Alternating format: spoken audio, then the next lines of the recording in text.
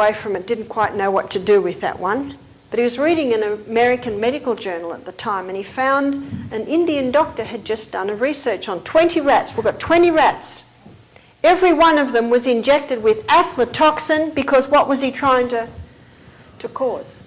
Liver cancer. Well known in research that it will cause the liver cancer. 10 of the rats, he gave a 20% animal protein diet. Looking compared to human terms, that would be meat every meal, dairy products, meat and dairy product every day. Large part of the diet, typical on Australian American. 10 of the rats, he gave 5% animal protein. That would be like meat twice a week, a little bit of dairy 2 or 3 times a week. After 2 years, that's why they study on rats, because very similar to humans. In fact, rat milk's the closest milk to human milk. Did you know that? But we're not going to milk rats, are we? But this is why they do so much research on rats, because they're so similar to humans in the digestive tract and the way they run. And also in 2 years, you can see what would happen to a human in 70 years.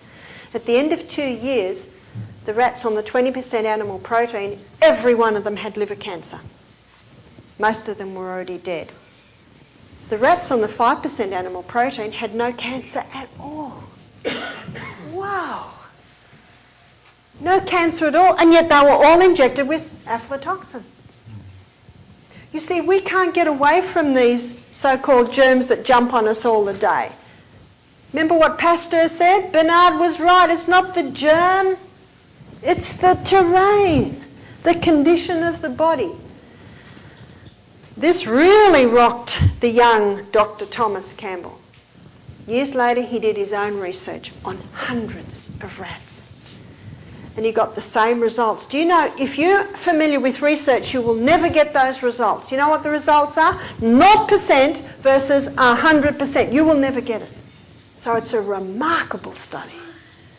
Hundreds of rats later, he found exactly the same thing, but he did another group of rats. He gave them 20% vegetable protein, no cancer.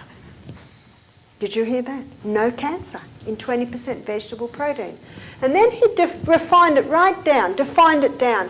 There's an enzyme in dairy products and in meat that triggers cancer growth. It's the casein, or the protein in the dairy product and the milk. He said, I'm 70 today. There's been no meat or dairy products in my home for 20 years. And when I gave it all up, my friends said, you're taking all the fun out of life. Has anyone ever said that to you? You're taking all the fun out of life. He said, I'm 70 today. Half of them are dead from stroke, cancer. The ones that are alive are in wheelchairs or hobbling around. He said, I'm 70 and I'm climbing mountains with my grandchildren. I'll tell you what fun is. Huh? I want to feel good every day. And God wants us to do. What does he say in 3 John 5? Brethren, I wish above all things that thou must prosper and be in health, even as thy soul prospereth. Let's go back to Job. He comes home with his antibiotic. He takes it. Does it kill the bacteria? Yes. But guess what else it kills? The good guys. And when the good guys are killed, there's a yeast in your gut that gets out of control. It's called Candida. There are dozens of different species of Candida. Did you know that? Not only has this guy got out of control, but some of his mates have come in, which is the other mild way. And by the way, Joe goes home and has his favourite food. Let's have a look at fungus' favourite food. Huh? Other yeasts. He goes home and has his favourite drink, which is beer. Alcohol is a mycotoxin. He nibbles on a big bowl of peanuts. What are the peanuts full of? He has a big steak. Do you know if the grain is too mouldy, not fit for human consumption, guess where they feed it? It goes to the animals. And if the animals won't even eat it, do you know what animal will not touch mouldy grain? And this will shock you, the pig. And I don't know if you've seen a pig, they mix their their food up with the mud and their feces. You think they'll eat anything, they won't touch mouldy grain. So they make beer out of it. Who's at the end of the food chain every time? On top of his steak, he has mushrooms. What are mushrooms? If you don't have a yeast or fungus problem in your body, mushroom now and then, not a big deal. But can you see what he's doing here? He's tipping the scales.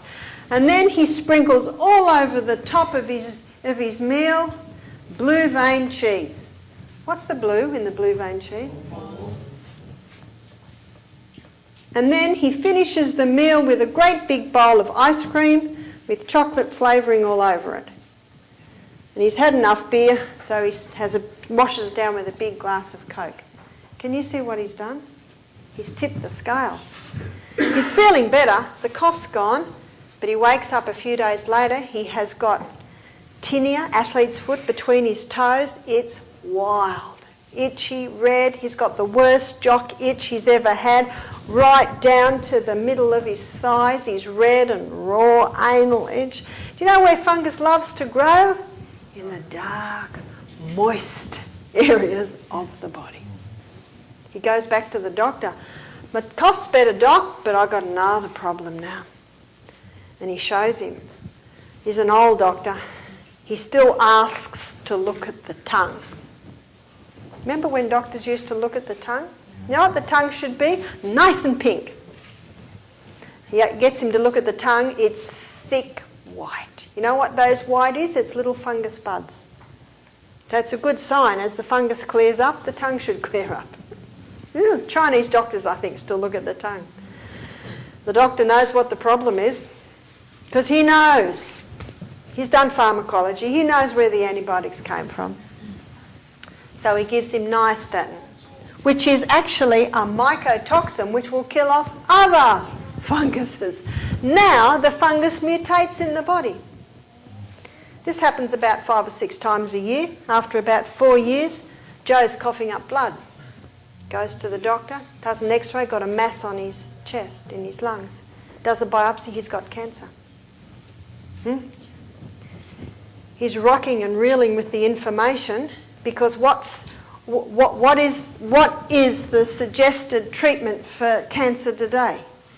It's called cut, poison or burn, surgery, chemo or radiotherapy. I've had people come to me that had radiotherapy on their lungs and it burned a hole in their esophagus. I had another lady had radiotherapy on a uterus, it burnt a hole in her colon.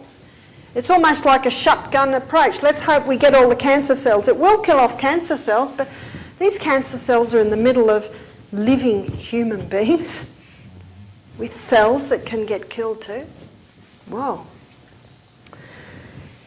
He's a little bit upset, as you can imagine. John says, mate, I'm going to give you time to think about your options. I'm going to shout you a fortnight at Misty Mountain Health Retreat. So I don't want your stupid health retreat, but it's been paid for and he's a bit upset, so he comes. And on the first day he hears this lecture.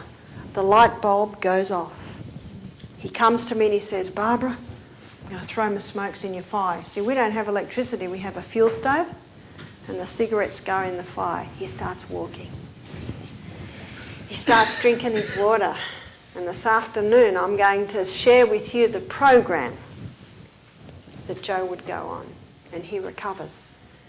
There's an Italian oncologist called Dr. Tullio Simoncini. He's written a book called Cancer is a Fungus. Now he's not beating around the bush there, is he? And he says that in every single case of cancer, you will find candida. And if you don't tackle the candida, you will never get a cure. Cancer is a fungus. That's the name of his book. And if you go to his website is www.cancer/fungus.com. In fact, the most popular video to be viewed on Google at the moment is Doug Kaufman from the book The Germ That Causes Cancer interviewing Dr. Tullio Simoncini.